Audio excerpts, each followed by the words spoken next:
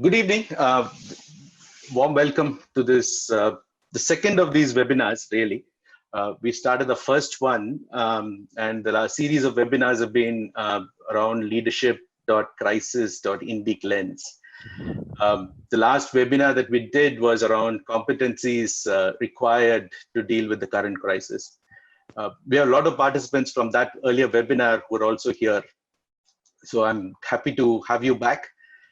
Welcome to a lot of the new participants in this webinar as well. For the benefit of everybody, that the recording of the last webinar is there on YouTube. So the link has been sent to you. In case it's not, we will resend it again. Invite you to please do go through it to kind of look at a thread from the kind of conversations we've been having from last time to this time. Right?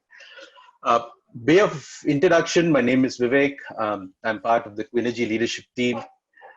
Quinergy is an organization which works with people and organizations to be the best that they can be.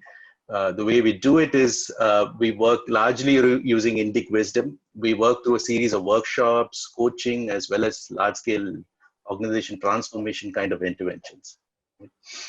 So a lot of information about us is there on the website. Please do reach out. We'll be quite happy to continue the conversations about the kind of work we do.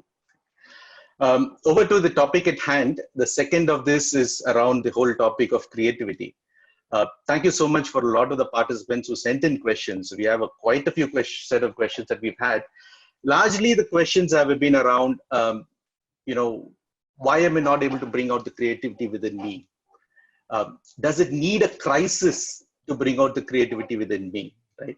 What should I be doing to bring out the creativity within me? And these are the kind of questions that we are actually going to explore today during the course of the conversation. I will be in touch with you during the structure of the webinar, but we will start off essentially with a conversation between Sridhar and Raghu. Right? Most of you know Sridhar, most of you know Raghu. I'm not going to give you a detailed introduction to them, but let me just read out Sridhar's hashtags. He's an ideation facilitator, TEDx speaker, coach and author. And I like what he says he loves to do, which is busting mental blocks and clearing cobwebs in the mind. That's a lovely line, right, Sridhar. So very happy to have you here. Raghu, everybody knows Raghu. So Raghu is here. Raghu is an Antaraga Yoga Ashan. He's an organization consultant, co-founder of Quinergy. And just like Sridhar, what does Raghu like to do? He helps people to be the best that they can be. Right. Fantastic again. Thank you so much. Without any more delay, let's just start off this entire conversation. Like I said, everybody else will be on mute. We will start off with Sridhar and then move on to Raghu. And then we will come in any questions that could not be been captured. I have a lot of questions with that. Please do chat through using chat. Send me the questions, and then I will kind of moderate this entire discussion. Right. Over to Sridhar. Thanks, Sridhar. Thanks for being here. Over to you. Thanks so much, Vivek. Good evening to all of you. I'm going to talk about very quickly 5 stories to illustrate what I have in mind in the context of creativity in a crisis situation kind of stuff. 3 of these stories have to do with business and 2 personal stories. So let me start with the first story. This happened in 1976. We had gone to Bombay. I was working in Chennai, Ogilvy and Mather office. We had gone to Bombay for a workshop. 4 of us had gone, the branch manager, the creative director, the senior account manager and myself. The 4 of us had gone to Bombay.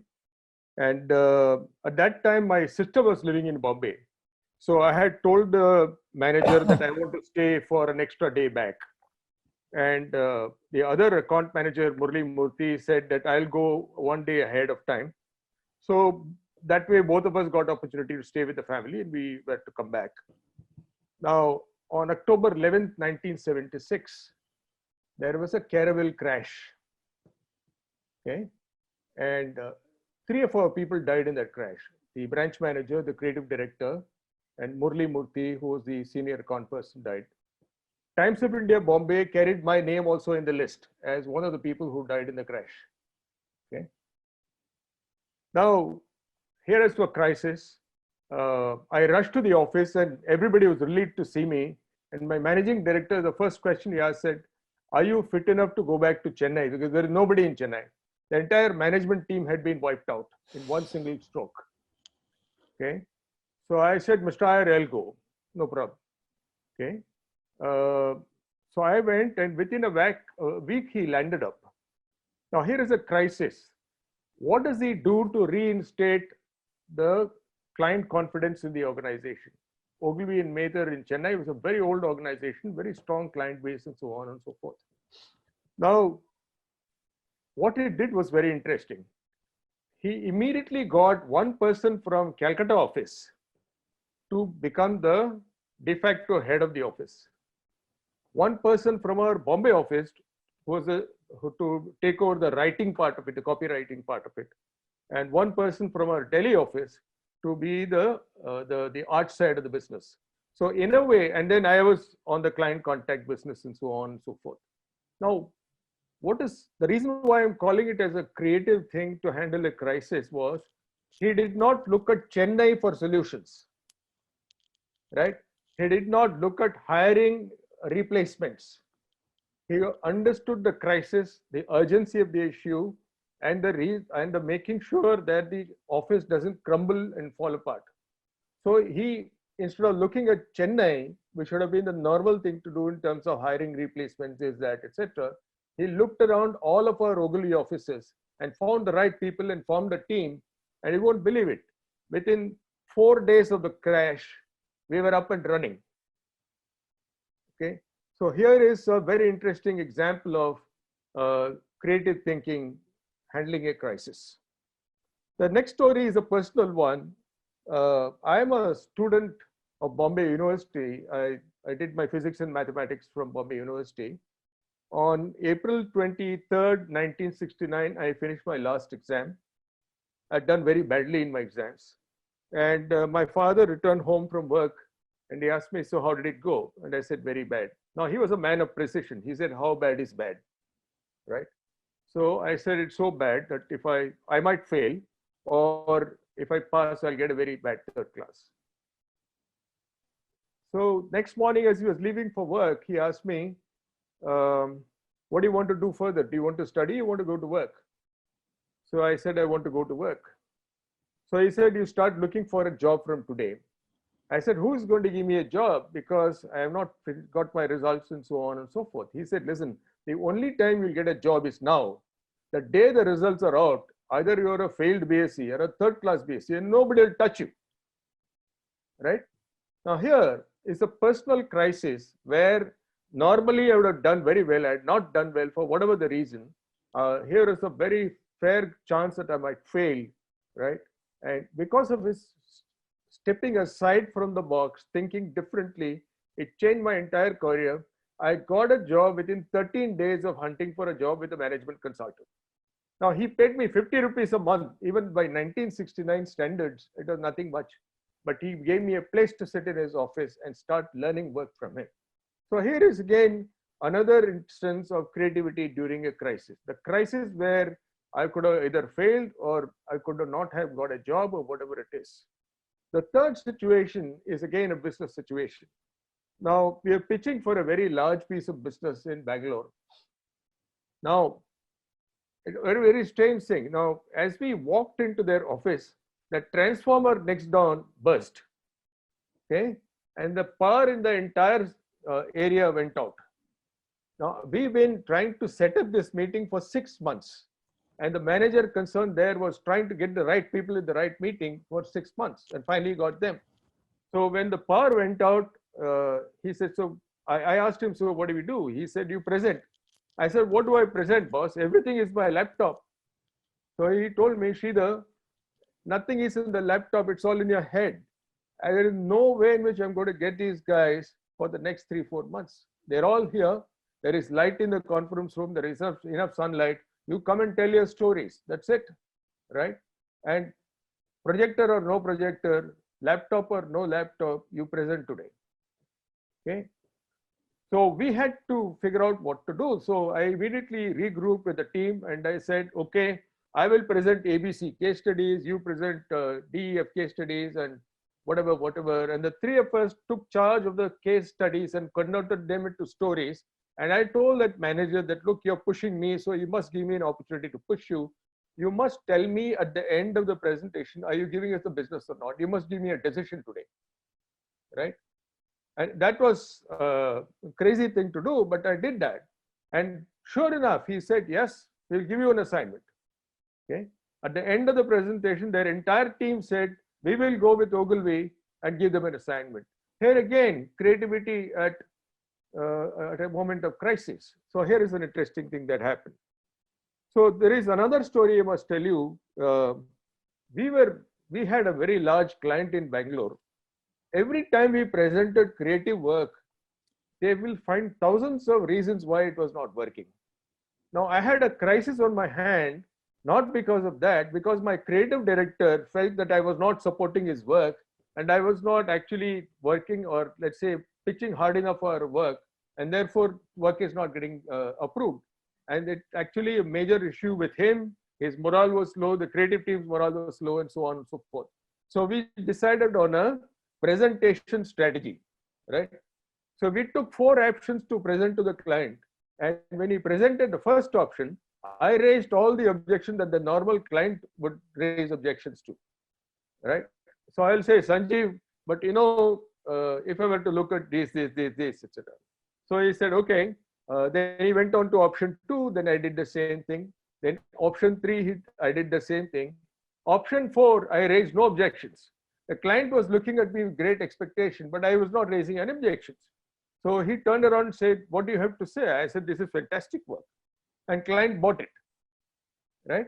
Now here again, a crisis situation where I would have lost the business, I would have lost a very talented creative director. We pitched it directly, but very differently, and changed the roles that we played. I actually played the role of a client up to a point, and in the last minute, I changed my role to be the head of the Ogilvy business there, and we won the piece of business, right? The last thing again is a personal story. Now, we were in Bangalore. Our only daughter Pavitra was studying in a school which is about, we were in Malleshwaram. She was studying in a school which was 13 kilometers away from home.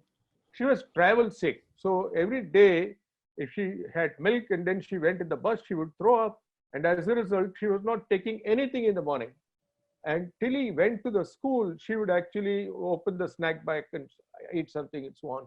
And my mother used to be very upset, saying that you're not doing anything for Pavitra, right?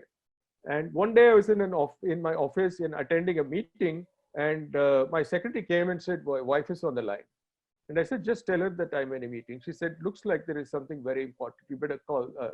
Take the call." So I took the call, and my wife said, "Pavitra cracked the problem." I said, "What problem?" She said, "The milk problem." I said, "How did she crack it?" She said, "Pavitra took milk in the water bottle, right? Got down in the school, drank the milk, washed the water bottle, filled it with aqua water, and that's how she cracked it." Now here again, a huge problem, okay? But the creative solution did not come from us. The creative solution came from somebody who was the subject of the problem, but not necessarily the person who was to look for a solution, but she found a solution. In all of these situations, what I'm suggesting to you is that creativity in crisis situations must work in a way where you need to step aside from the crisis for a minute, at least mentally. If you don't do that mentally, the creative solutions will always elude you. So here is my very simple solution. Let the crisis exist, but the crisis need not be there as part of your thinking. Separate your thinking from the crisis.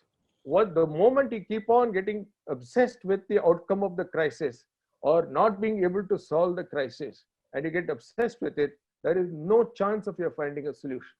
Here is a very simple definition for creativity. Creativity is a function of the climate and thinking. Climate is where you provide psychological safety for thinking, right? Thinking is about, how to find different solutions to different problems. So finally, what I have to say is that let the crisis be there, and we have to be concerned about the crisis. But if the crisis gets into your thinking, it will affect your creativity, and you're not going to be in a position to solve the problem as a leader or a manager, which is very important for us. So here is an interesting take on creative thinking and finding solutions in spite of the crisis. Thank you.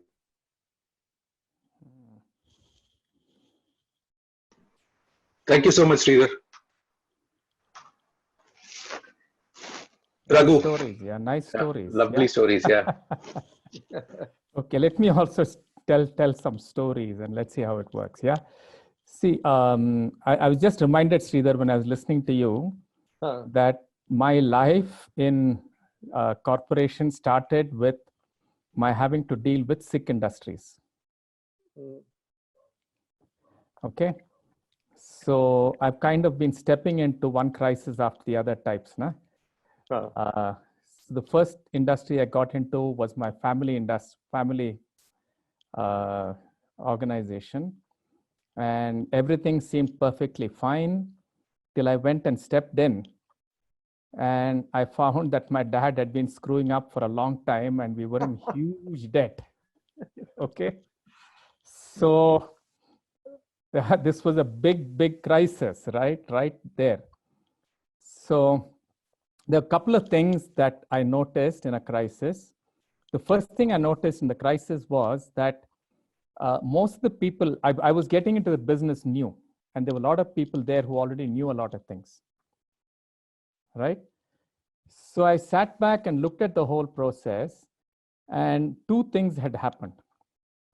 One, because of this, long-term not doing too well, people had just lost confidence in themselves. Yeah. Right? And so there was a low self-worth at one level. And the second thing that had happened was a certain kind of cynicism had stepped in. Yeah.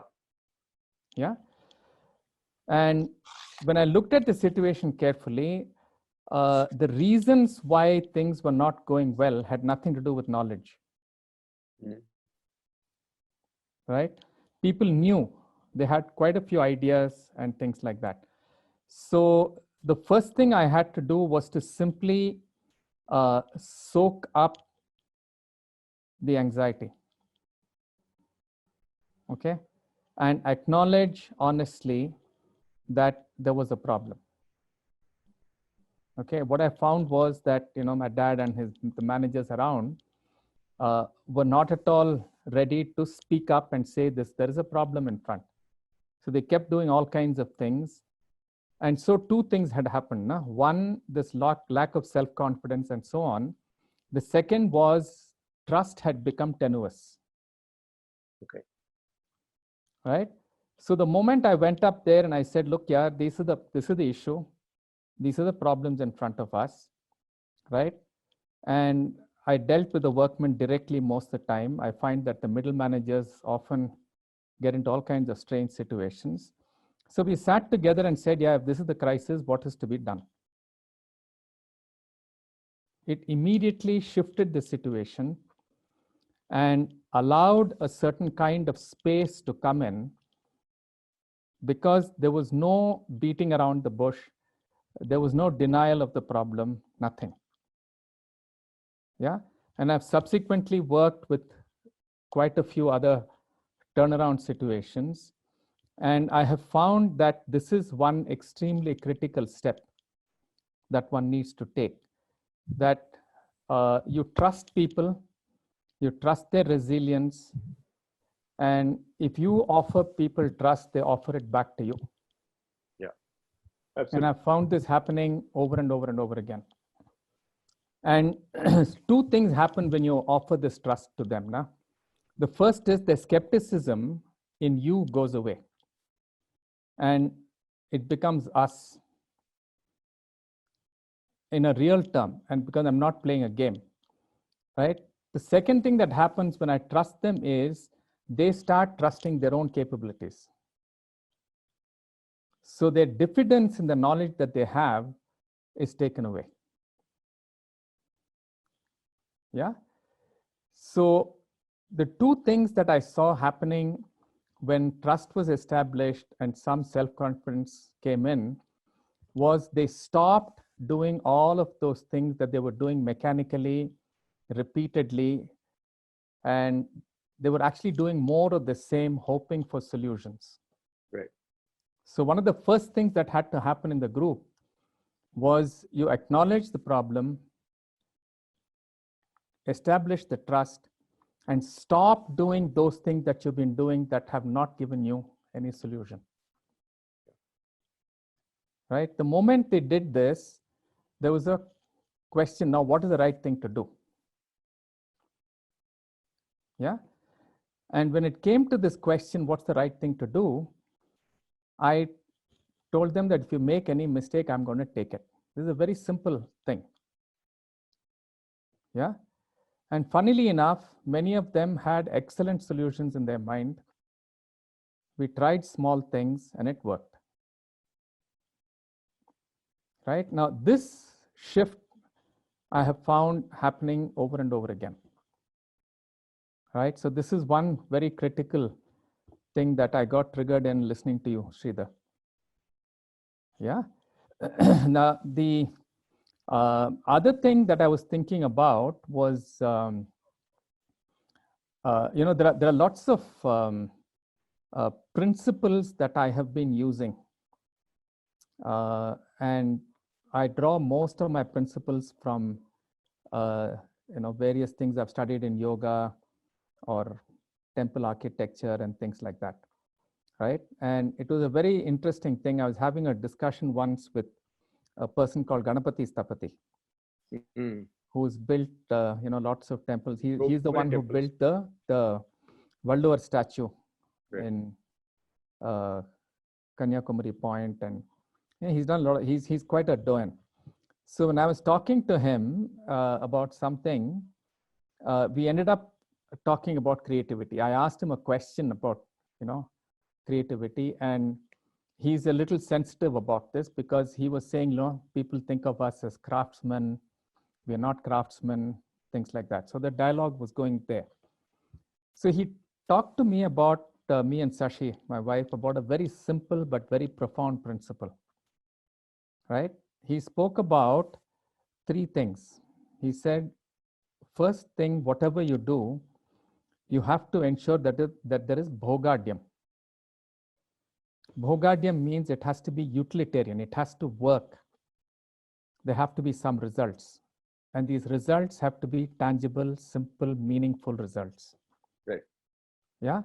Then the second principle he talked about was what he called Sukha Darshanam, where he said, whatever you're doing has to be aesthetic. And when he was saying aesthetic, he didn't mean aesthetic only in beauty. He said aesthetic in effort, the entire approach to it, everything has to have simplicity of effort, economy of effort. All of that went into his idea of Sukha Darshanam. And then he talked about the third thing, which he says is what really makes a difference between just somebody who sings well and somebody who sings with what is called Pandityam or Ustad. He said there's no difference at all in what is delivered between the two. But he's able to bring in something called Ramyam. Yeah. And Ramyam is this intangible thing where you're touching some intuitive, very subtle part of yourself. And he says when you can bring these 3 things together, whatever you do becomes creative. Right? Now, when I think back at some of the crisis situations I've been in and things like that now, and if I apply this framework, right, the first thing that gets lost when people are in crisis is their focus on what is the real bhogadyam that they're looking for. What is the simple, clear purpose I'm doing this for? Is what I'm doing yielding this purpose or not? Right? And people tend to get hassled, so they do all kinds of things. So they lack economy of effort. So when this excitement takes over and lack of clarity on exactly what is it that I'm going to achieve take over, they actually crowd the mind and you go madly banging your head against saying, I must create a problem, I must solve this problem, I must solve this problem, this is the result I must get.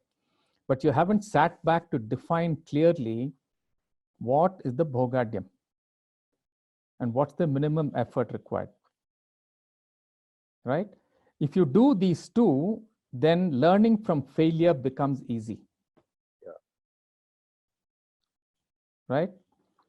Now, the moment you allow learning from failure to happen, the sense of crisis itself goes down. Because you're not rushing madly, you're not banging your head against finding a solution. You've sat back, you've defined the solution properly, you've gone around slowly, meaningfully, right? And then it allows for a possibility of something inspirational to happen. Now, this something inspiration doesn't always happen. But when it happens, it turns around the situation totally. Right? Now, and I've found this happening in, when I'm an engineer fundamentally, right? So I've done a lot of product design and things like that. When you go banging your head and saying, I must design this, it doesn't happen. You do some things, you sit back, talk about it to the people who are working with it, play with the idea a little bit. Don't take the whole thing like a serious thing to be done, right? Allow some ideas to come in, allow some crazy ideas to come in. And then when you go back and put it together, not only is your solution more interesting, but inspirational possibilities open up. Yeah. So this is what I have found working with the crisis situation. And a lot of practices, like quietening the mind and so on. One of the other critical things is finding the right distance between yourself and the issue at hand. Right? You get too close, you lose it. You get too far, you lose it. What's the right distance? So when you start playing with situations, when you take it a little lightly, you actually end up finding the right distance. Yeah, it's like putting your leg in the right place to hit the ball, nah? And not desperate to hit a 6. Yeah, so these are some of my reflections. And the other thing, I don't know, somebody's raising the hand. Yeah, anyway, the other thing that I have found very interesting is, especially, when situations become tight, I've used the idea, there's one very interesting idea, which is actually, I took this from the Jain tradition. What the Jain tradition says is that you have to approach the problem with the 10 heads of Ravana and solve the problem with 1 head of Rama. Okay. It's a beautiful principle, right? It's a beautiful principle. Yeah, the easier form of this is to use the Pancha Pandavas. It's only 5 heads. Yeah. Right? So very often when a crisis situation comes, one of the things that I've seen happening is people get stuck with one form of thought and they quickly want to implement it. They want to go ahead and do something. So there's no distance between the solution and yourself. So one of the games I've played is to ask people to put on the head, the cap of a Yudhishthira and say, look, I only want you to think about how this solution will lead to standard operating procedure. Is it repeatable? Is it scalable or not? Don't give me any other thing. Just look at the solution from this point of view. I ask another person to come in and say, give me the Bima point of view. Is it exciting? Will it increase market share? Yeah, how do we expand? Right? Then I ask the third person to come with a Nakula solution. How is it going to impact our people? How is the solution going to bring in a sense of belonging? Will it increase the load on people? Will they feel evoked to do this or not? Right? And then I bring in a fourth person to talk about the Sahadeva thing. Is it statistically valid? How much of data do we have? So there are these 4 kinds of roles people play. And then I ask one person to play the Arjuna kind of thing. Look at the whole system, listen to all these voices, look at things from the short term, long term, do all this, what will happen, the double binds, na? Is this a solution can work in the short term, it will screw up in the long term. How do you balance the two? It might work for individuals, it won't work for teams. How do you balance these two? So there's somebody who's sitting and looking at these kind of double bind issues that come up with every situation, with every solution, and weigh these, and we kind of play and talk about it without worrying too much about immediately getting the right solution. And then let the solution emerge. Yeah. So I've had fun. Same here. Thanks, Raghu. Thanks, Sridhar. For some of you, I mean, Raghu had referred to the 5 Pandavas and the archetypes. We had sent the link to some of the participants and asked you to take the quick and easy quiz online to give you an idea of which of the propensities that you might have. For some people who might not have taken it, I invite you to go onto our website and take that, and you'll be able to relate with what Raghu said a little more clearly. Right? One of the things I kind of got touched with, Raghu and Sridhar, as you were talking, is one of the statements you had made earlier as well, is you cannot be a spectator during a crisis. Absolutely. Right. I just thought, Sridhar, if you can explore the little bit, because that was a very interesting thing that we had discussed when the 3 of us were sharing a thought. But is there something there that you could share? See, it's a different kind of statement Raghu has made. And I use the term stakeholder. Let's say that I am trying to solve a problem. It is my responsibility that I have to do that, right? So to be able to think differently, you have to be a spectator.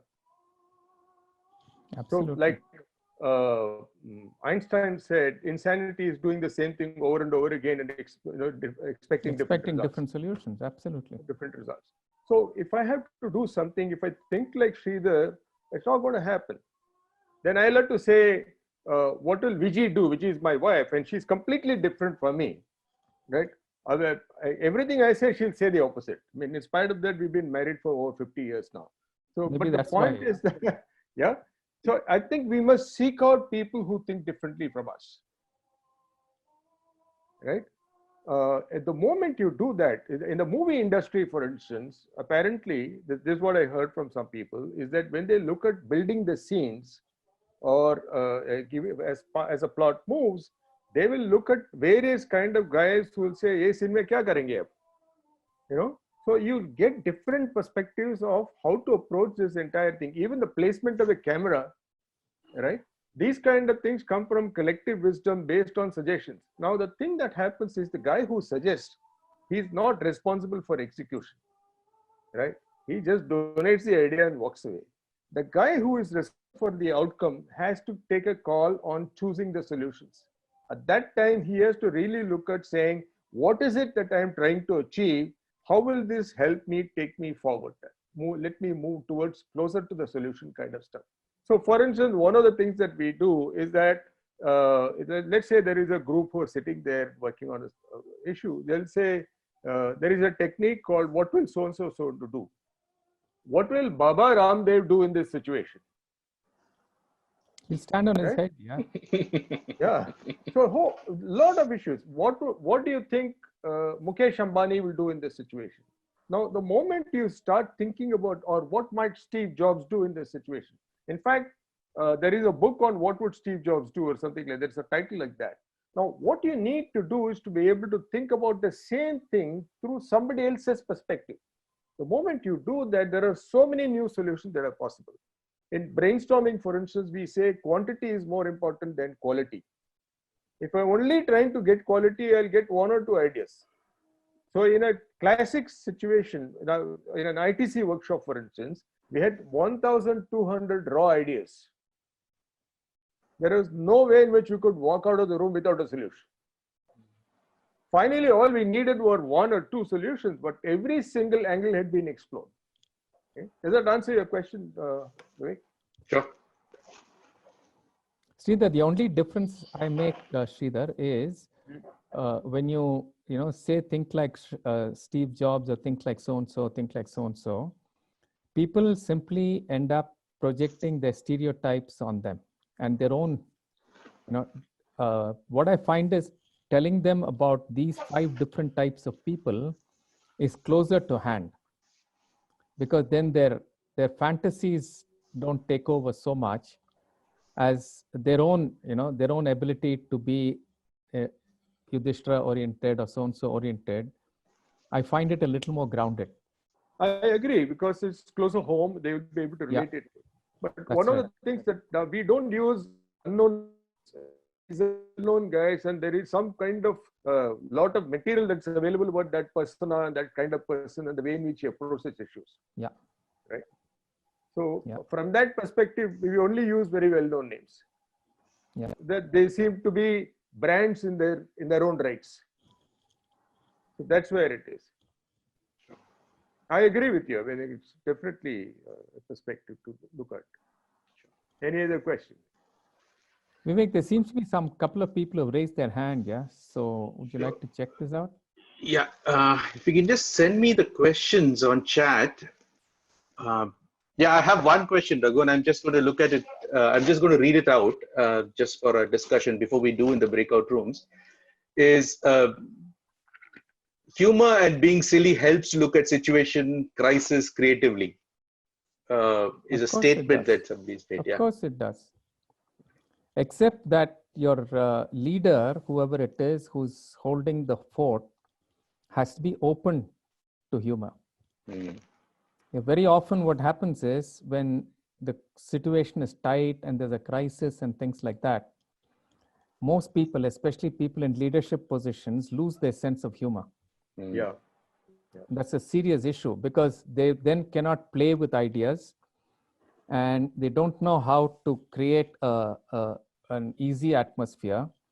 So it actually pushes, more tense you become, it actually pushes you to try the same damn thing over and over again. Yeah, it pushes you into the autopilot takes over. See? And it's extremely important in a crisis to make sure that your autopilot doesn't take over. Switch it off. Yeah, but you can't just switch it off. No, you crack jokes, you do this, you do that, then the guy switches off. That's right, absolutely. But then if you have a leader who's too serious, every joke you crack, you're in danger. So I think there is something called as a creative climate. That's right. There is psychological safety where you can let your hair down and have fun trying to talk about new ideas and ways of doing things, etc. So there is a time to be playful and there is a time to be very focused. Correct. So unless we allow this thing to happen, crisis will actually take over the thinking as well, and then land us in more trouble. Absolutely. Yeah. No, can I give you a personal instance of crisis? Yeah, sure. No, please. I just thought I'd add something to what you said. After you. Yeah. No, I call this understanding the circle and understanding the arrow. Yeah. There's a time when you have to act, when you have to be the arrow, no? Yeah. They just shoot. There's a time when you have to be a circle. And a lot of leaders don't know how to create the circle. They're constantly focused on the arrow. Yeah. Correct. Yeah, sorry. No. This is an interesting thing but remember now, once when I was in Bangalore, I was going for a board meeting and I was getting into the car. My wife said, the fact that we've been married for 14 years shows. A very strange statement, right?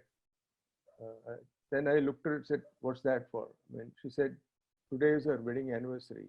Sorry, today is our wedding anniversary. You didn't say anything. You didn't even greet me or something. But it was too late for me to do anything because I was on my way to the airport, right? So I let it go, went away, right? In Bombay, I had some time. So I was going around and finally saw a sari shop. Okay. Now, typical men thinking that happened was, I bought her 14 saris. Okay. One sari for 1 year kind of stuff. I went home and then gave her 14 saris. And I thought she'd be delighted, and she was not delighted. Absolutely not. Yeah. So I said, look, now what's the issue here, right? So she said, you bought 14 saris, but I haven't got a choice in any one of them. This is all your choice, not my choice. Right? Now, the reason why I'm stating this is that if you don't have the ability to think differently from yourself, you're likely to get into this 14 saris kind of mess. Right? That's because you're constantly governed by what is right and what is wrong from your perspective. Right? Yeah. So the ability to put yourself in the other person's shoes is as important in this game. And and the first rule for putting yourself in the other person's shoes is you have to get out of your shoes. Otherwise, you can't do it. Yeah. So empathy plays a big role in creative thinking and solving problems. To be able to say who is going to benefit from this, and therefore what matters to him most. It is not about me and my thinking and my ability to do the things. Sure. Yeah. Sure. Now, there are a few questions on the side. Yeah. Yeah. Somebody asked a question of what's the circle. Now, circle is just equating yourself with everybody else in the group. Yeah. So even if you're the boss, you don't say, I'm going to buy all the 14 saris. Yeah. You ask people, what kind of sari do you like, and really equate, right? And in crisis situations, it's very difficult for leaders to allow equation to happen. Yeah. Mm-hmm. They keep taking over, they keep taking charge, kind of a thing, and therefore block a very, very important part of many people feeling a sense of ownership, yeah, coming together to offer a solution. Yeah. Sorry, Vivek. Yeah, thanks, Raghu.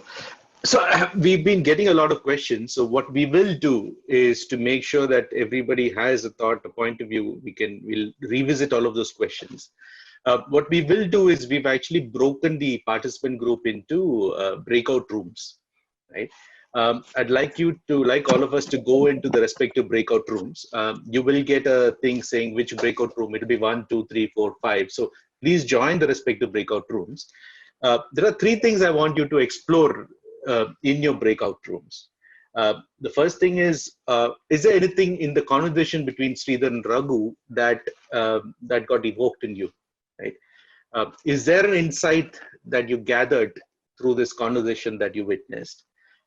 Is there a question that popped up for you that you'd like to explore, right? So this is just our attempt to make sure all the participants have an opportunity to discuss and see what kind of got evoked for this conversation. So we will have 10 minutes for you to do some work. So I had a question saying, can you please repeat the 3 things? So I'm just going to repeat that. What we will do is we've already allocated breakout rooms to all of you all. So request you to please join your respective breakout rooms. You will have 10 minutes to explore these 3 questions. One is there anything in the conversation between Sridhar and Raghu that got evoked in you? 2 is, are there any insights that you gathered as you witnessed the conversation between the 2 of them? 3 is, are there any questions which popped out, while witnessing the conversation between the 2 of them? Or is there something which is resonating with you, something that you'd like to explore? We just like you to do that exploration in smaller groups. At the end of 10 minutes, we will reconvene back in a larger group, and each group will get about 2 minutes. I request you to nominate one person who's a spokesperson for your respective group, and we will then take each of those statements group by group and then explore it in a larger group. That's broadly the structure that we have. So it's 8:15 now. We will request you to please join your respective breakout rooms. And Sherin will keep giving you some hints and how much time it's allocated, how much time is left. And exactly 8:25, we'll reconvene and continue the discussion. Okay. If you have any questions, please do reach out to me or Sherin through chat. Great. So let's start. Group 1, we can start off. In group 1, who is going to be the speaker? Anybody? Sharing, can they unmute themselves or you need to do it for them? No, we are able to do it. Ah, okay. Who's going? Anil likely. Okay. Go ahead. Anil. Okay. So the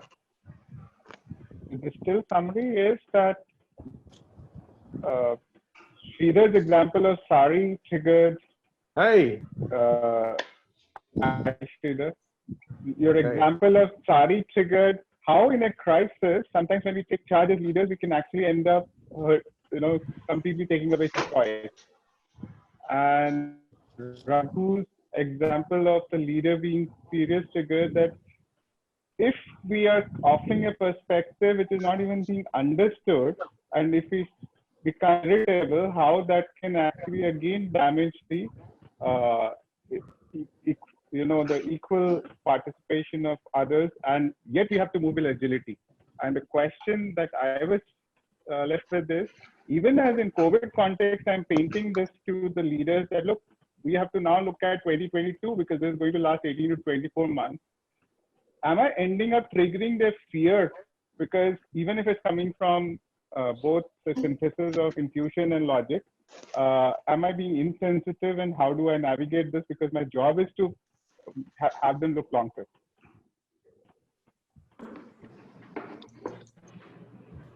Interesting. This is open to all. Anybody else wants to share or even respond or think, please feel free. It's not just Raghu, Sridhar and me talking. Please feel free. Anybody else? Vivek, I'll go. Yes, Chandru. Chandrasekhar here. Thanks, Raghu and Sridhar, a lot evoked as you were sharing your stories. And I even, I had in the past penned a poem called One at a Time. And as you were talking, that's what came to my mind.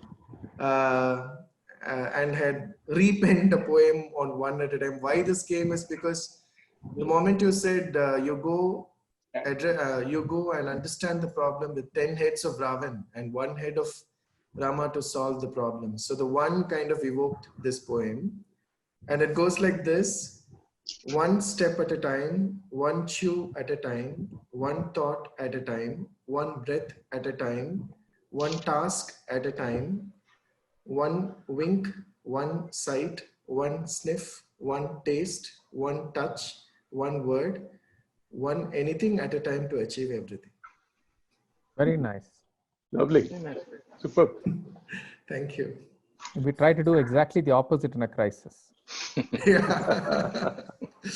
Multitasking. I wanted to just share from our group. I was with Chandrasekhar. Listening to your talk, I'm just kind of curious to explore. After listening, maybe I'm feeling a little stuck with the definitions. I'm wondering what happens to flow. I mean, creativity is generally, like we have writers called Mihai Csikszentmihalyi talking about the flow. In our theater, we say in the moment, in the flow. But listening to Crisis and then Circle versus Arrow, where does the flow come in? What is the ease of being rather than just being doing? I'm kind of The circle is the being, Chaitanya, and the arrow is the doing. And there has to be a balance between the two, and you have to know which is relevant when. Yeah, and what I find, especially in crisis, is the idea of the arrow takes over. And if that takes over, then all the real energy gets dried up. Intuition gets dried up, inspiration gets dried up, and what is there to flow? It's just activities and tasks. There's no energy. The energy comes from the circle. I'd like to share something in very much in line with this whole capacity to be your circle. I found that in the times of my crisis, there has been obviously this tendency to to be the arrow initially and sort of compulsively work at the crisis in order to get things done, break through, etc., etc. And only when there has been a realization that obviously it's not working, there has been a kind of a stepping back. Yeah. And I'm using this word sort of metaphorically, allowing oneself to be passive. Yeah. Take a slightly passive kind of position, Yeah. which then allows inspiration, intuition, Absolutely. blocked energy. And to me, that also is intricately linked with one's capacity for faith. You know, Yeah. for holding a position of faith. So that sort of, that's the bit I wanted to kind of, so faith. No, you're absolutely right. You're absolutely right. See, when you're getting too caught with the arrow, even, bodily, your sympathetic nervous system kicks in, your adrenaline kicks in. So you're pushed into action. When you become passive, like you say, your parasympathetic nervous system becomes dominant. When your parasympathetic system becomes dominant, all the healing energies get triggered.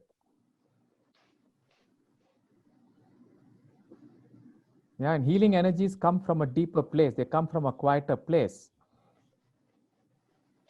Right? And you go at it, nah? You'll never get the solution. You'll just break the wall. Correct. Right? And the solution doesn't lie by breaking the wall. Yeah, the solution lies in figuring out why there's a wall to start with. No. Lovely, thank you. Hi, this is Kaushik here. Yeah.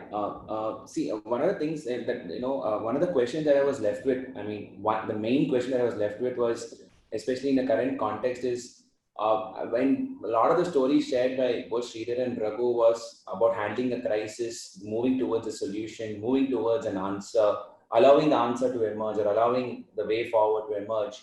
But I'm always stuck with this in the sense that how often do solutions come with a sense of conviction? And number two, if there is uncertainty, because obviously my experience in my life plays a role in the decisions that I'm going to take or in allowing the solutions to come. And I've been beaten bad to pulp in contemplating and experimenting with listening to people or figuring out my own way in a sense, right? So when I've got that kind of a memory, there's always a doubt that keeps immediately following behind, even though instinctually a solution seems to pop up in whichever manner it comes. There's always a doubt, in terms of whether I'm actually walking towards it, am I again going to be beaten to a pulp? So how do I get out of this vicious circle of my memory, dealing with my memory and with the solution at the same time? This is the question that I was left with, actually. Good question. That's exactly what I was telling you happens in turnaround situations. No, people end up remembering all the failures. People end up with cynicism and things like that. No? So it does take a lot of energy to step back, absorb the toxicity of those kind of things. No? Right? And it's a practice, right? You can't expect at the point of time of the crisis to have this wisdom. Right? So, if I look back, I really don't know. I mean, I was 26 or something when I got into this, terrible situation. Right? I don't know what helped me to stay calm, but I did.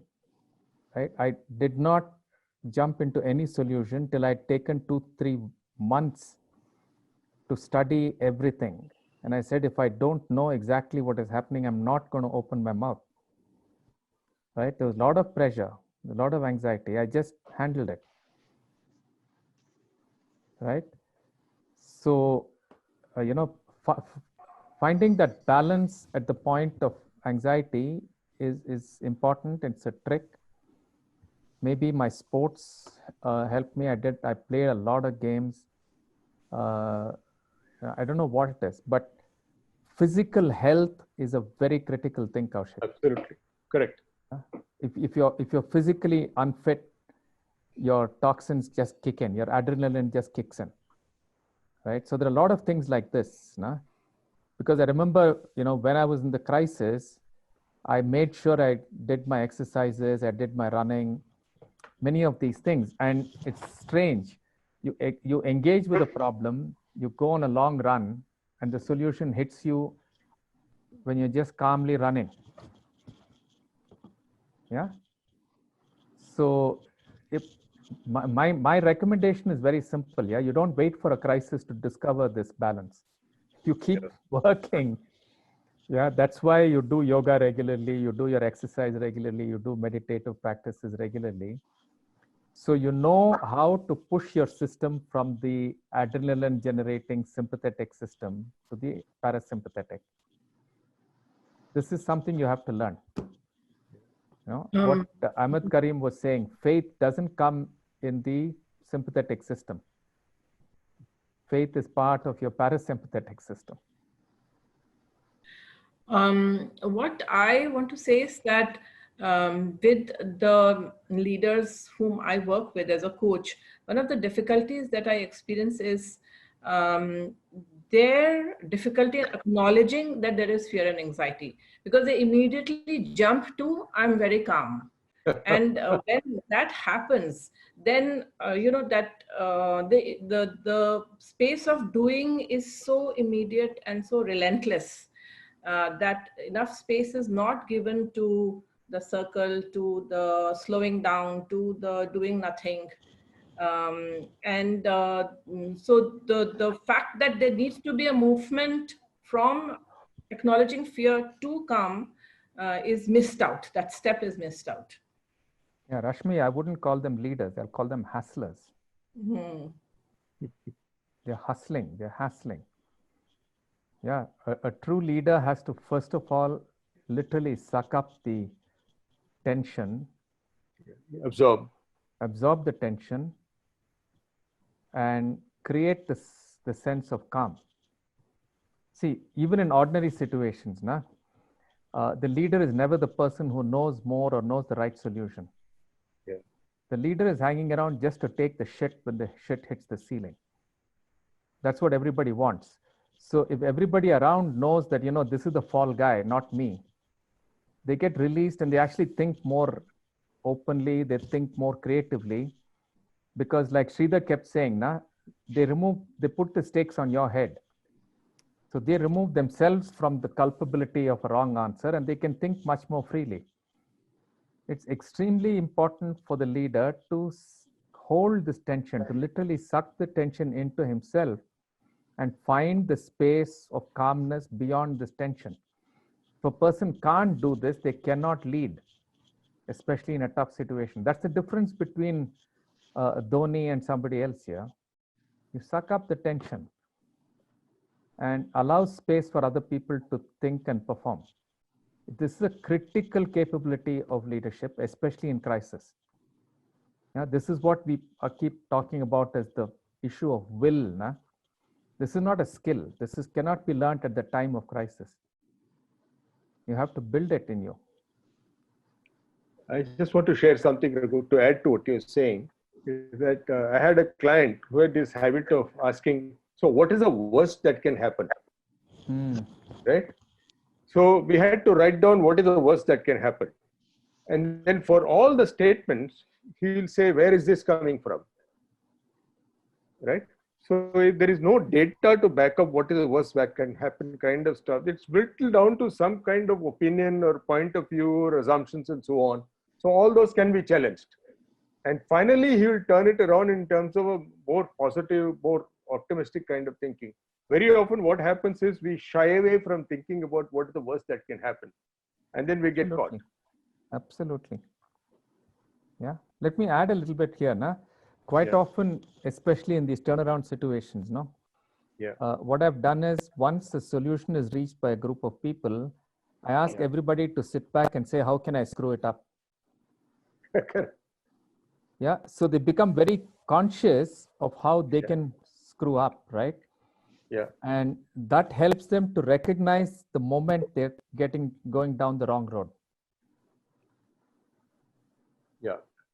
See, it's like having a map, so you know that that's not the right route to take. Yeah. But if you don't Yeah. have a map, you can't get anywhere. Yeah. Yeah. Can we move on? Yeah. Next group. Yeah, group 2, group 3, group 2. Group 2 spoke. Group I great. belong to group. Yeah. And Group 3. even Chetna belonged to group 2. Yes. Great.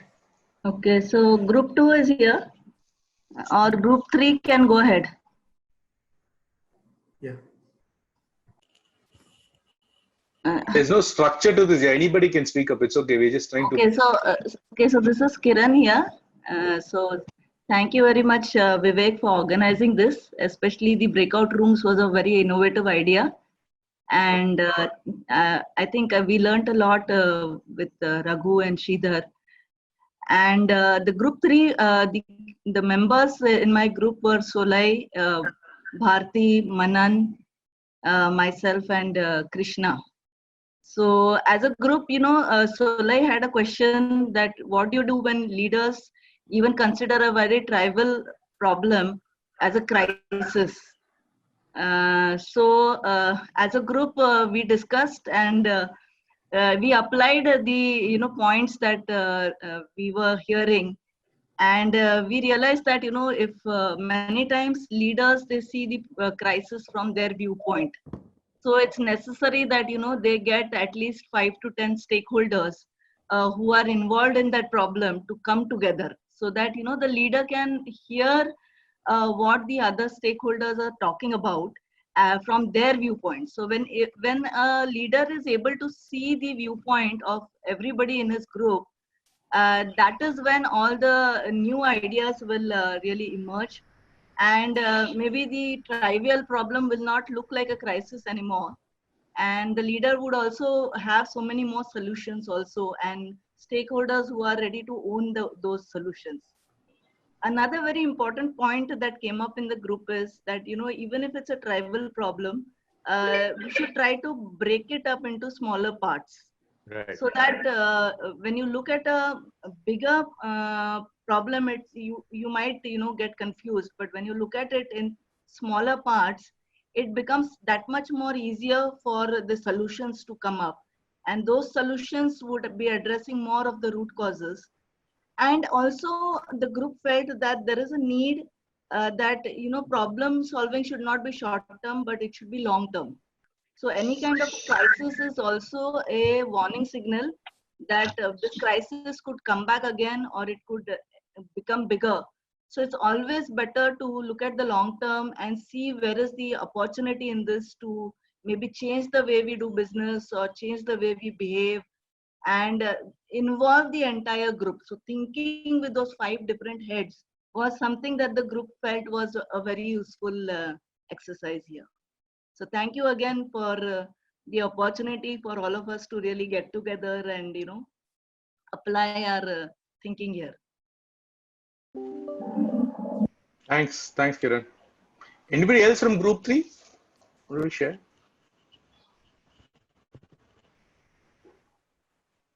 Shall we move on to group 4? Group 4.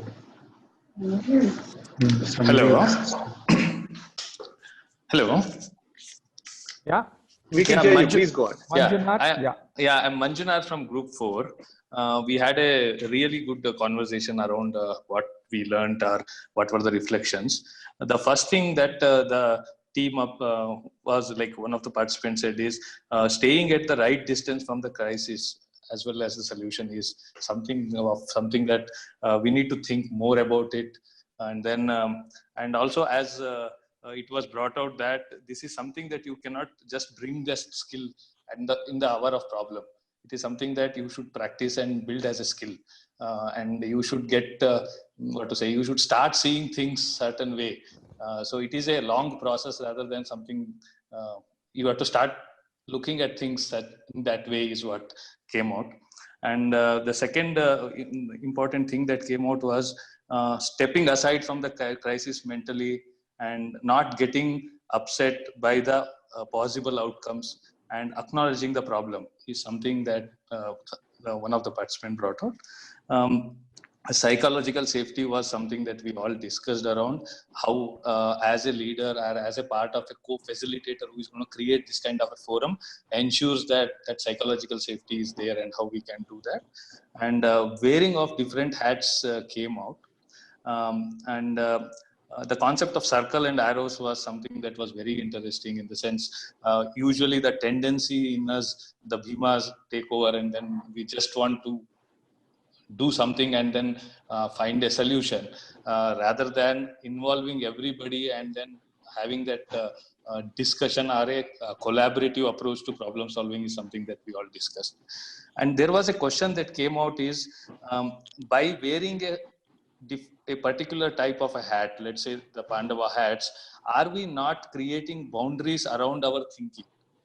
In the sense, like if I am thinking like, if I'm made to think like a Yudhishthira, will I not put a boundary and then I only think from that angle? Will creativity come? Was a very good question that came in. We had a little bit of discussion. We would request you to please guide us on this further. See, what we recommend is this, na? In the initial part, like Sridhar was saying, encourage a lot of divergent thinking. Yeah, like brainstorming or whatever you call it, right? But then when you need to, once you've done that brainstorming like that, you need to generate more thinking. Otherwise, the person simply, you know, if I'm thinking in a certain way, I'll give 10 ideas in my way of thinking. Right? If there is enough time, ideally, I should sit in all the five, play all the five Pandavas, right? And think from all the 5 angles, right? If not, we should at least have one person from each looking at these 5, because otherwise you do not get a full-blooded view in a systemic context. Yeah, this is different from the, you know, red hat, white hat, blue hat business, na? This is really a whole psyche, you know, the Bhima psyche you have to bring in, right? With the aggression, the adventure, sense of adventure and all of that, na? So bring that out. Then each of these is a whole psyche, which is whole energy that is brought onto the table. You don't do it right in the beginning. Yeah. What do you say, Sridhar? Yeah, I think there is a time to explore and the time to decide. Yeah. Right. So while you're exploring, you can explore through all the heads, all the 5 Pandavas thinking. Even at the time of decision, you can look at it from that perspective. But it's a question of saying, don't get stuck with yourself. Yeah. And there are possibilities to think differently. These are very clear character types that are available. So you can think differently, because I can think like a Yudhishthira for a certain thing. I can think like a Bhima, right? So that's the option that you need to use intelligently in both the divergent and the convergent thinking. That's very useful to do that. Okay. I have another question. It wasn't discussed specifically in the breakout room, but the question was like, so this particular group of people that are in the talk right now, I think it's and the topics that are being spoken about right now are very general to where how a leader should act in a group, set of people or in a group of people. So personally, I am not working. I am a student in Anna University in 4th year doing engineering.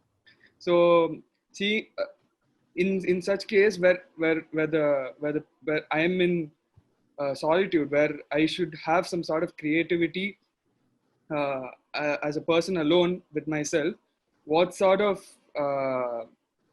do I take upon points from leadership, or do I think about some sort of creativity in a different manner, or do I relate to the same points that you try to talk about? See, as far as I'm concerned, this leadership is what we are talking about. We're not talking about a leader. Okay, I don't subscribe to the idea of a leader. There are situations which require leadership, and people pop up. You know, some of the questions that came up, my leader is getting caught with trivial problems and all that, is because this person is sitting in a position and is not really capable of leadership. He's probably trying to defend his or her position, right? So leadership is something slightly different, right? Now, whether I'm alone or not, I can get into crisis, right? And once I get into crisis, I either keep doing the same thing, because in crisis, like we said, your adrenaline and all these kind of chemicals go up, and you just want to act, you want to act, right? That kind of thing only increases the tension. Yeah. Right? Because when you haven't sat back, looked at the total scene and just gone into the first impulsive solution, chances are it's a wrong solution. And if you fail in that, it's going to make it worse. Right? So all the principles we talked about will apply. Right? So what do you do when you sit back? You use Sridhar's tricks and generate 500 options. Okay. Right? Take a post-it and put on every option that comes to your head. Okay. And then look at the problem from up, look at the problem from down, look at the problem from sideways, make it small, make it large. Right? So look at it from the 10 heads of Ravana. Right? One head will make it look small, one head will make it look big, one head will smell like this, whatever. And there are lots of techniques. Convert the problem into a fruit. What does it look like? Yeah. Convert it into an animal and think about it. Just play with it. Literally play with it. Don't get caught with it. Just play with it. Okay.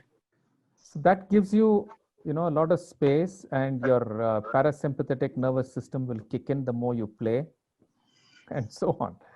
Yeah, Sridhar?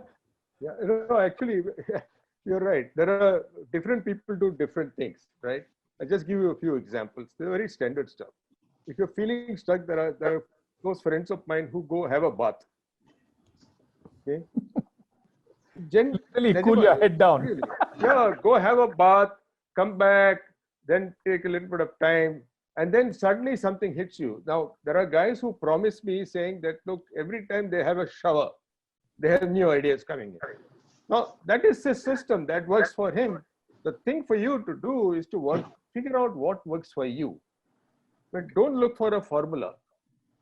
Sridhar, coincidentally, Eureka also happened in the bathroom. Absolutely. Absolutely. Except that there was no shower at that time. Yeah, it was a tub. But the place is the same. Work better for certain things, yeah. But I think the thing that we need to do is that, figure out what works for you. There are people who go for a long walk, right? They carry notebooks. And I have seen people, when I go for a walk sometimes in the morning, there are guys who are sitting there in benches taking down notes, and then start walking all over again. He can't write while he's walking, right? So everybody figures out some kind of activity which actually seems to do something for their thinking, to help thinking differently. So you don't feel stuck. And some people run a marathon every at the drop of a hat, Sridhar. I know another friend of mine. He talks to people he doesn't like. Oh, brilliant! Right? And he doesn't like them. He hates them for their guts. He hates the way in which they think, etc. But he has never told them that. But when there is a problem, he calls up and say, "Hey, boss, if you're in this situation, what will you do?" That fellow will give him something completely different from what this guy is capable of thinking. Correct. But the point is, you got options now. Right? To take it or not to take it is up to you. Like it's going to a buffet. When you go to a buffet, it is not compulsory for you to eat everything there. You take what you want. But at least have a menu, right? Instead of getting stuck with only dal and chawal. Hi, Kiran here. So I had a small question to Raghu.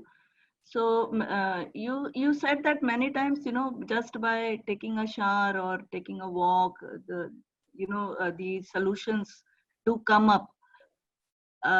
Is that somewhere related to our subconscious, during the crisis, sometimes the subconscious takes over the conscious. No, And always. and the other way around, Always, yes. no, subconscious always comes up with better solutions than the conscious. Excessive use of the conscious mind is what we spoke about earlier. Your sympathetic nervous crisis, system taking right. over, your Right. frontal brain starts working overtime. Right. And you start, literally banging your head against the problem. Now, it's not that you shouldn't engage with the problem. You engage with the problem, right? And then let go. Then something happens. It goes into a deeper part of your system. You're doing something like, taking a run or taking a long, quiet walk or something. There's something inside that has processed this stuff and it pops up solutions. Yeah, you have to have a trust in this process and welcome these solutions. So do you recommend any kind of, exercises that one can do to improve one's ability to, activate the subconscious and take decisions in such situations? Yeah, there are lots of exercises. Yeah, Sridhar uses them. I use them. Yeah, there are lots of things you can do. Like when I'm dealing with managerial problems, I use theater a lot. I use drawing. Right. One of the important things is to get the person to become childlike. Yeah. Right. If a person cannot become childlike, they immediately become tense. Yeah. So there are a number of ways of helping a person become childlike. Right. And then creative ideas come up. Right. And then there are lots of yogic exercises also, not to quieten your brain, to let your more, whatever you're calling a subconscious to come up and speak to you and things like this. Yeah. Quite a few techniques. Sure. Thanks, Raghu. Just being mindful of time. We have two more groups. Yeah. Vivek, Please go on. Sure. No. In a very, very lighter vein, what my experience has been in the toilets, I think when I get a lot of ideas within that 5 by 3 or 6 by 3 square feet area. When all you're left to yourself, I think in that tiny room itself, one can think freely. I'm able to think. I really love that 15-20 minutes of my time besides the walking and yoga. Great. So I think that's a good suggestion. At the time of crisis, go sit on the potty. Freud would love you, Shivakumar, for this solution. Oh God, not Carl Jung, is it? Okay. No, Carl Jung wouldn't. Only Freud will. Yeah. Freud, the guy who loved the potty. Group 5, anybody to share? I'll go. Yeah, please. Yeah. So thank you so much for organizing the meeting. And so the important point that came out from the discussion was problem or crisis are external. Till the time you don't internalize it, it is easy. So don't internalize the problems or the crisis. Another important point that came out would be distancing yourself from the problem or the crisis. And one point that came was normally you tend to get into autopilot mode, and most of the time you're not aware. So bringing that part into a mind that you are into autopilot mode and being aware that you are into autopilot. Most of the time you're not aware. So that awareness is important. There were a few questions that came in. One was you spoke about solution emerges, and how does the solution emerge? I think so it is covered in the previous discussion you just spoke, that many techniques could be used, but when there is a collective problem and then there is a limitation of time, and how much does one wait for the solution to emerge? Because in terms of crisis, time is running. how stable can you be and wait for the problem, or what can you do at that point of time? So I'm merging 2-3 questions and asking it one whole question that, yeah, how does the solution emerge when the time is running, and how do you tend to become stable? See, Viral, yeah, the closer you are to a crisis, the more important it is that you strike it right. Yeah? Because you don't have time to test and fail. Right? Just remember a small thing. The average time taken for the Japanese management, okay, to do anything like, you know, bring out a new design of a car or do whatever it is, right, is less than 1/3 of their nearest rival. So if Ford is taking 4 years to bring out a new car, okay, a Japanese like Toyota will do it in a year and a half. But they take 3 times the amount of time for planning compared to their closest neighbor. So if Ford is taking 2 months for planning, these people are going to take 6 months for planning. Right? Right. More important to aim than to shoot. In a crisis, you get caught with the idea of shooting. Right? But in a crisis, it's extremely important to aim properly. You don't have time for 10 arrows. You have 3 arrows to shoot. So you have to shoot carefully. You have to shoot with proper aim. Right? And that requires a certain calmness. It requires you to kind of weigh things in a certain way and use those 3 bullets or the 3 arrows that you have carefully. So actually, you need to be even more calm under crisis than you would normally.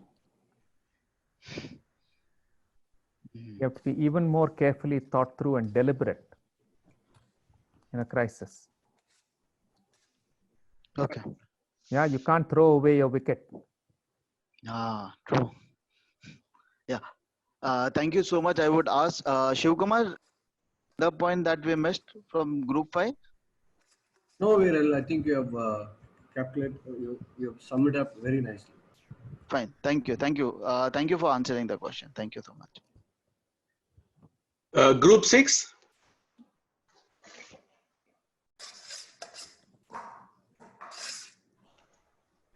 Any thoughts, perspectives from Group 6?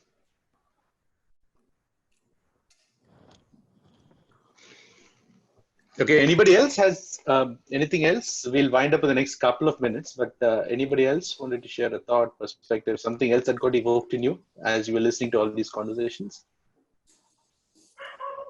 I think one thought I'm left with is, as long as I'm psychologically very secured at, especially in the crisis, and if I'm adequately prepared, I think that I think one can always go past the crisis. You know, as Sridhar and was also saying, you know, so what? The worst is what? I might die, or somebody near one or dear one may die. Oh, okay, fine. Or I might lose a job. Okay, fine. Or I might lose a contract. I think what is required is, I think there is a bigger thing. There's a larger thing which will always take care of it. Or I need to be very, very psychologically secured within myself, and I have to emanate that outside of myself also. So that I think that is what I'm experiencing right now. And again, one more silly thing is what I'm discovering is, I think as long as I keep on cleaning a lot of things, you know, the last 4 weeks, I think I've discovered the art of cleaning. I think that is that physical cleaning is doing a lot of Atma Suddhi also. So I Absolutely, good. I think. Well, I have a quick question, if I may, please. Yes. Yes, please. Yeah, please. Hi. How's it? Good to see you. Well, I think both of you spoke a little bit about psychological safety. So can you just give an example in terms of how do we create that? in the context when we are face to face with the team, or if we are virtually in a team, how do you sense or create the psychological safety, and then also come to the realization, yes, the team that you're working with also feel this, the intent which you want to communicate, which is creating the psychological safety. So in a face-to-face context, how do we create it? In a virtual context, how do we create it? Because we have to deal with virtual teams now. So just want to kind of understand that. Raghu, may I answer that? Yeah, please. Okay. So let me give you another story. Some years ago, there was some function at home when my daughter was much younger, and there were a lot of guests, and we had employed a cook from outside. Okay. Now that guy was working in our place and also in another flat down the road. Right. So at one point, my wife asked my daughter Pavitra, I said, "Go get the cook." Okay. My uncle and I were standing, and as Pavitra was leaving my daughter, I said, "Hey, do you know where to go and look for him?" She said, "I'll go look at all the flats where there are a lot of chappals outside." Okay. My uncle was furious. He said, "They're asking you to go and get the cook, and you're saying you'll look for chappals." So I told my uncle, "Leave it be. Let's see what happens." So she went and brought the cook. Okay. So then I asked her, "Why did you think of the chappals?" She said, "Appa, look at our flat here, right? We have a lot of guests, therefore a lot of chappals. And you got a cook because there are a lot of guests, right? So if there are a lot of chappals outside a flat, they must be having a lot of guests, and therefore the cook might be there." Now, this logic happened to her in a matter of seconds. Okay? Now, the thing that we need to do as people is that when she explained it, she may not have been able to explain it very nicely. Only after the event she was able to explain it. But in a split second, she cracked the logic. Yeah. So psychological safety is saying, okay, go try it. Nothing is going to wrong. At the worst comes to stuff, then I would have had to go and find out that where this guy is and bring him back. Now, this is the point of psychological safety is people must feel comfortable that even if they came out with apparently dumb and stupid ideas, their head is not going to be chopped off. It's not easy to create it. I have seen in the advertising business, many of you might have seen the Fevicol Anda commercial. Have you? Anda. Right? Brilliant commercial. The Anda commercial where, Fevicol is meant for carpenters and it is a classic business to business kind of product. So this guy came out with the idea where the egg will not break because the hen had eaten something with Fevicol in it, right? Craziest kind of commercial. The whole world loved it. Everybody knew what the Fevicol brand was because of the funny stuff. Now the thing is that when that commercial was internally created and presented, there are a bunch of guys who thought it was dumb. There are the guys who were willing to actually back it. Finally, my managing director said, "I'll go for it." So he went with the presenter, the creative person, to the meeting. He didn't say a single word. Okay. And the presentation was over, and the client turned around and asked him, "If you were in my position, will you put the money on it?" My managing director said, "I will put the money on it." Okay. So the creative department knew that he was a champion for completely different solutions which have not been thought of before. So this is the role of leadership. It's not just about taking decisions, but helping people to think differently, sometimes not even safely, and willingness to take the risk where it matters. That's a huge thing to do. In the film business, every shot that you see, do you know how many shots have been rejected? Raghu, you would know, right? I've been around when these guys do it. Yeah. But the point is that, you see one final shot, they would have shot so many different angles, so much different lighting, whatever. So that's the same thing that happens. But if you say that, look, you will have to take only one frame and that better be good, it's not going to happen. Yeah. Actually, most of the great photographers take hundreds of shots and show you only one. Yeah. We only get to see the one. You don't know what are the other things that he has not shown us. Yeah. Now, let me just add something to what Sridhar is saying. Now, the first mistake, I think, for people in leadership is to think that they have to come with a solution. Yeah. Right? They don't have Only to come they have with a to come. solution. Yeah. Right? Yeah. The only thing that a person in a leadership position has to do is to create the context in which a solution can emerge. Yeah. Right? There's a big difference between the two. Okay. The second critical thing is to really listen. Yeah. You know, in the example that Sridhar gave, he just listened respectfully to his daughter.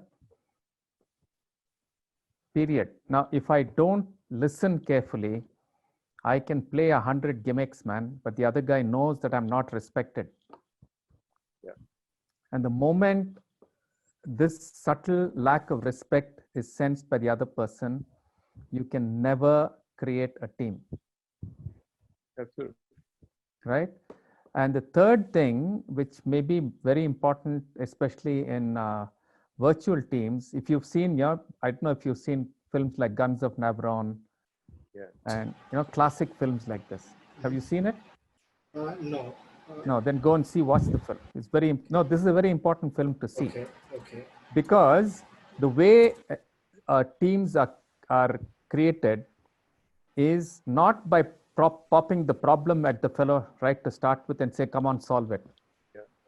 They first create a sense of camaraderie. They create a sense of team first. And once the sense of human being to human being contact and a sense of belonging is created, then they tell them, this is the problem you have to solve. What's the film's name, Raghu? Guns of Navarone. It's a very famous film. Gregory Peck. Gregory Peck and that guy, that Greek, the fellow who dances and all, no?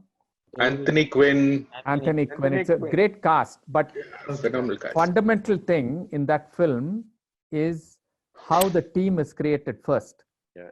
It's not as though they don't know the problem that they're going to pop to these fellows. They know the problem, but they don't pop the problem to these guys, right? Till the bonding and everything is done. Now, one of the problems that I see very often in most places is the first thing you do is to say, okay, this is the problem. So let me create a team, choose people. As soon as the people come across and say, this is the problem to be solved, guys. The guys don't know each other. How will they trust each other? Exactly. Right? So you first create the context of trust. Correct. And then ask them to solve the problem or whatever. Yeah. But almost always people put the cart before the horse. That's so true, sir. I think you kind of, both of you kind of nailed it. Thank you. Yeah. I just want to add to what Raghu said. One is trust, the other is respect. In a team, trust and respect must go hand in hand. If one team member thinks that, I am not respected here, then we're going to lose it. Yeah, there's no chance. There's no way he's going to bring in his best. Yeah.